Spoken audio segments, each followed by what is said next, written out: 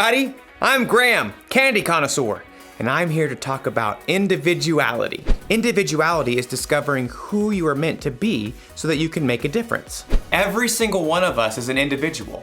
We were all made by God in our own unique ways. When you look at yourself in a mirror, you can see all the work that went into making every little detail.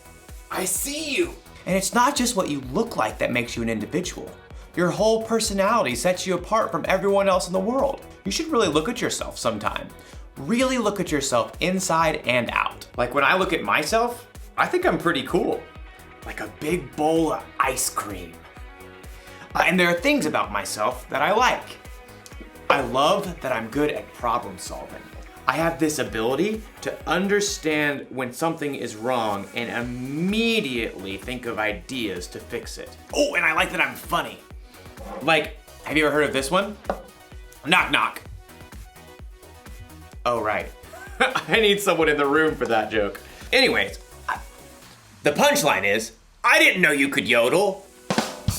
Oh, I think I'm funny. Actually, now that I'm really looking, I'm thinking there are some things that I don't like about myself. Like, sometimes I procrastinate. That means when there's something that needs to be done by a certain time, sometimes I wait till the last possible minute to get it done. Oh, and sometimes I have a bad temper.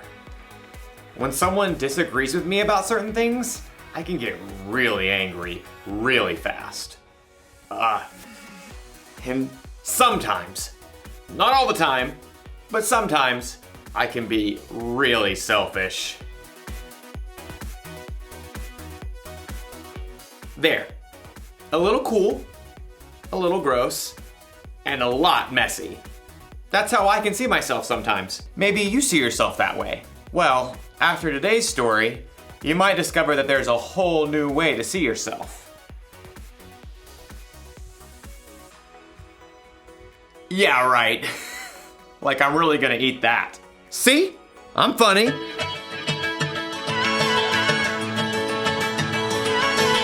You never turn away, you never leave my side. And every time I call your name out just to find that you're already right here with me, never been alone. I can trust you with my heart, 'cause this I know. You are always faithful, you love me from the start. No matter what I'm facing, I will trust you with my heart.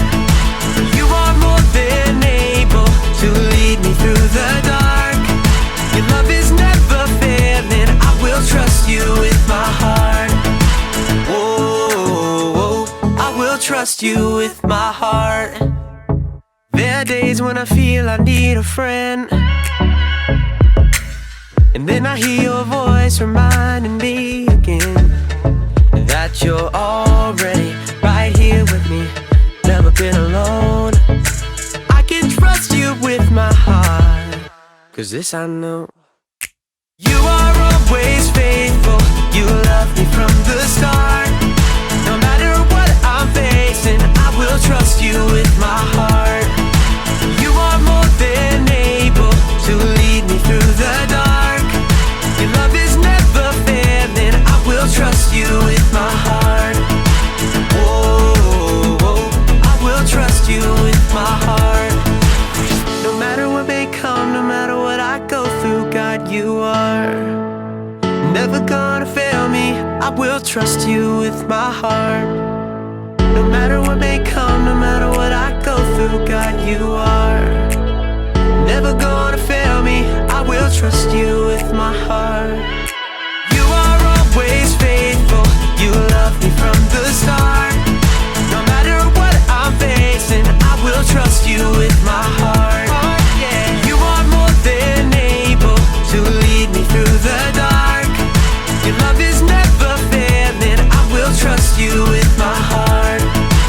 Whoa, I will trust you with my heart. Whoa, I will trust you with my heart. Whoa, I will trust you with my heart. The Bible. It's 66 books of history, Stories, letters, and poetry that fit together to form God's one big story. The epic adventure of how He created us and loves us so much that He made a way to rescue us.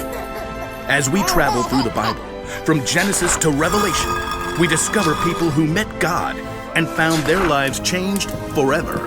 Now, for an amazing story. Inspired by the book of Matthew, chapter 9, verses 9 through 13. Everyone in the shore town of Capernaum knew who Matthew was. You may also call me Levi. But few people actually liked him. Well, that's rude. Truth is, Matthew had put himself in an awkward situation. He was Jewish, like his relatives and friends, but he chose to work for the hated Roman government. Just trying to make a living. Matthew was a tax collector for the Romans, and tax collectors were known to lie about the amount of money people owed. 5 gold pieces.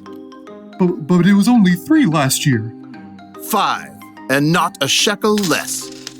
After collecting money, the tax collectors would keep the extra for themselves. Many of them grew rich by robbing the poorest people in their towns.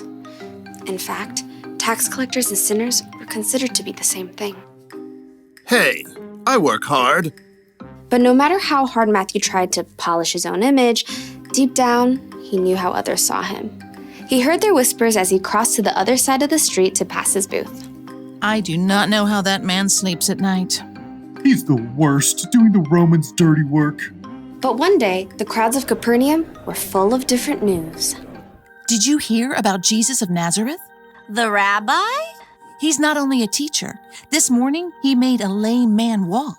That's just talk. My son was there. He saw it with his own eyes. The whole city was ablaze with the story, and even Matthew, who was tucked away in his tax collector's booth, was fascinated. Maybe the man just had a limp or something? Oh no, this Jesus has real power. He cares about people.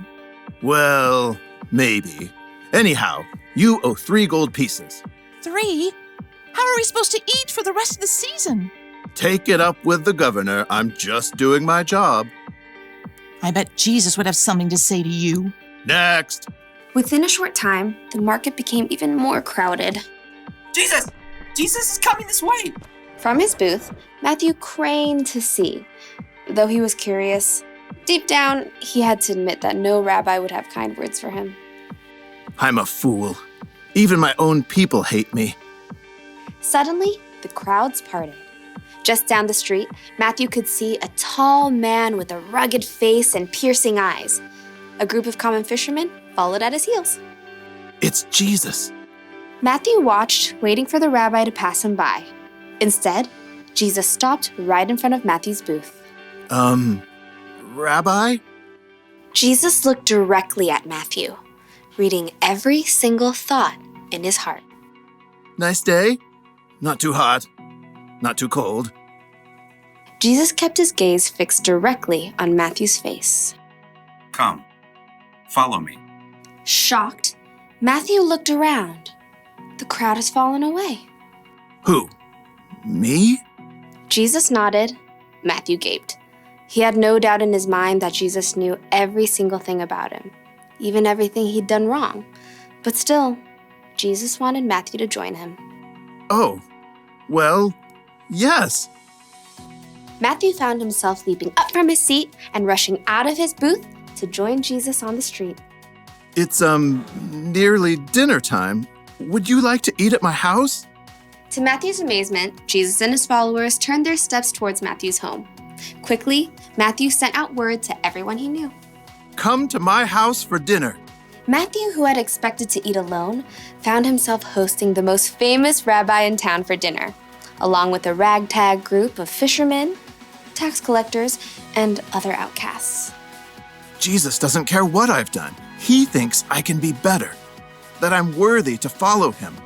But while Matthew rejoiced to discover his brand new identity, the city's religious leaders were horrified by what Jesus had done. They sidled up to Jesus' disciples. Why does your teacher eat with tax collectors and sinners? You know, that's a great question. Jesus overheard the religious leaders and answered the question himself. Those who are healthy don't need a doctor. Sick people do. I have not come to get those who think they are right with God to follow me. I have come to get sinners to follow me. Preposterous.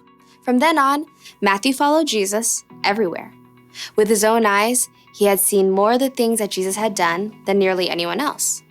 Near the end of his life, he wrote down all the stories he had witnessed and gathered so that others too could know Jesus.